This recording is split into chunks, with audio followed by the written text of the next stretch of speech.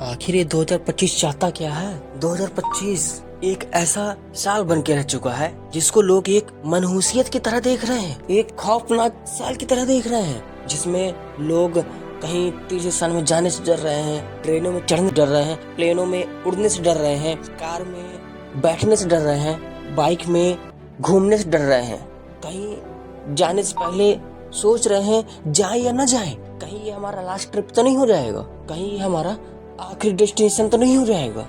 लोग इस तरह से डर चुके हैं, back to back back to back back to back ऐसे ऐसे एक्सीडेंट हो रहे हैं कि लोग डर चुके हैं। क्या करें हम?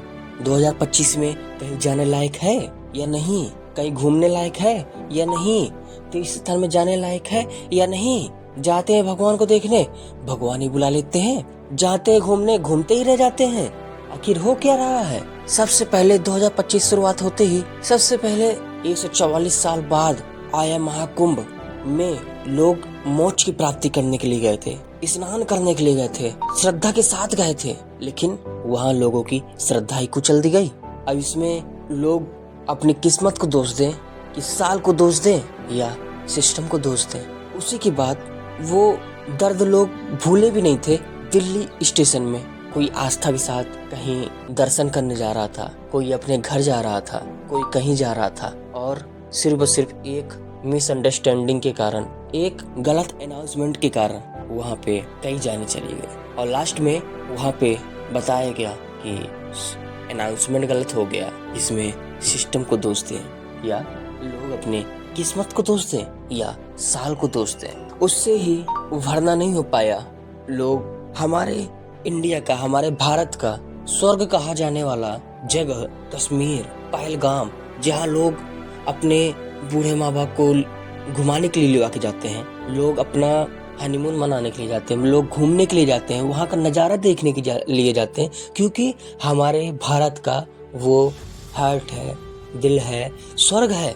लेकिन वहाँ पे भी स्वर्ग नर्क बन गया। पहलगाम में आतंकी हमले हो गए, 26 मौतें चली गई, और जिसमें पता ये भी गया कि वो मोस्टली हिंदू मारे गए। लोग गए स्वर्ग देखने और नर्क बन के रह गए। इसमें हम सिस्टम को दोष दें, लोगों की किस्मत को दोष दें, कि साल को दोष दें। फिर उसके बाद ऑपरेशन सिंदूर हुआ, जिसके तहत पता नहीं कितने जाने चली गई, जिसके तहत पता नहीं कितने माँ बाप के बेटे चले गए।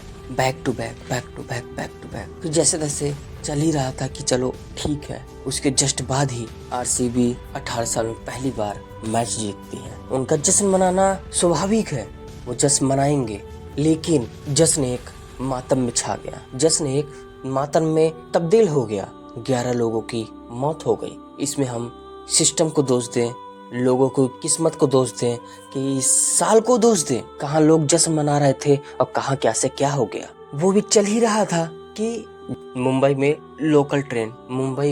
लोकल ट्रेन हादसा होता है, जिसमें बताया जा रहा है 5-10 लोग उसमें भी मारे गए। वो तो बेचारे सुबह अपने ऑफिस जाते हैं, शाम को अपने ऑफिस से वापस आते हैं। कोई सब्जी लेके जा रहा है, कोई फलाना लेके जा रहा है, कोई अपने घर जा रहा है, कोई अपने बच्चे से मिलने जा रहा है, कोई कुछ कर रहा है, लेकिन उसमें भी 5-10 लोग मारे गए। जैसे तैसे गाड़ी लाइन में चल ही रही थी कि अहमदाबाद से लंदन जाने वाली प्लेन टेक ऑफ होते ही मेडिकल कॉलेज के हॉस्टल में क्रैश हो जाती है। सिर्फ एक लकी पर्सन था जो बच गया, नहीं तो बाकी 241 जने सिर्फ प्लेन के अंदर ही सिमट के रह गए, और प्लेन के कारण बाहर लगभग 50-60 लोगों की जान चली गई, जिसमें टोटल आंकड़ा 300 के आसपास बताया जा रहा है कि 300 के आसपास मौतें हुई हैं। इसमें हम सिस्टम को दोष दें, लोगों की किस्मत को दोष दें, कि इस साल को ही मनहूसियत का है। ये साल बहुत दर्दनाक है, पता नहीं क्या है, क्या कैसा है, कुछ समझ में नहीं आ रहा। कि ये पूरे सिस्टम का पोल खोल रही है, जो सिस्टम कहती है हमने ऐसी तैयारी की हुई है, हमने वैसी तैयारी की हुई है। फिर जैसे जैसे चल ही रहे होते हैं कि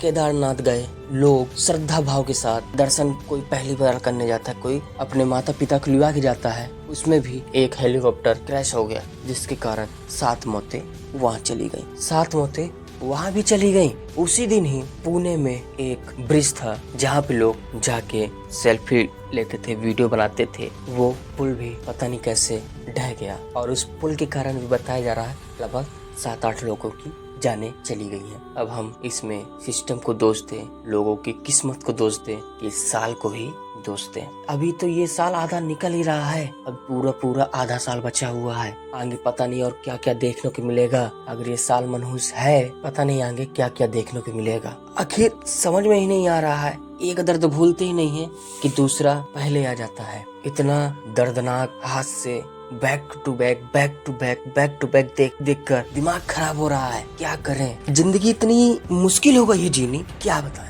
दोस्तों, इसका कंक्लूजन एक मैं देना चाहूंगा आप लोगों को लास्ट में कि जितने भी दिन हैं, जिंदगी का कोई भरोसा नहीं है। जितने भी दिन जीना है, खुल के जिए और अपने सपनों को साकार करिए, क्योंकि जिंदगी का कोई भरोसा नहीं है कब नहीं है, कब क्या हो जाए कोई भरोसा नहीं है। इसलिए जितने भी दिन जी रहे हैं, खुल के जिए बस, क्योंकि जिंदगी का कोई भरोसा नहीं है कब क्या हो जाए। अपने सपनों के लिए, अपने माँ बाप के लिए, अपनों के लिए जितना भी जी सकते हैं जी लीजिए, क्योंकि कोई भरोसा नहीं है। और मैं ऊपर वाले से यही विनती करना चाहूंगा कि अब इस तरह के दर्दनाक हादसे हम नहीं देख सकते हैं। भगवान, आपसे हाथ जोड़ के विनती है, अब नहीं, क्योंकि अब नहीं सहा जा रहा है। इतने हादसे अब नहीं देख सकते हैं, हाथ जोड़ के विनती है। लास्ट में इतना कहना चाहूंगा कि जो भी लोग अभी तक मारे गए हैं, भगवान उनकी आत्मा को शांति दे। ओम शांति।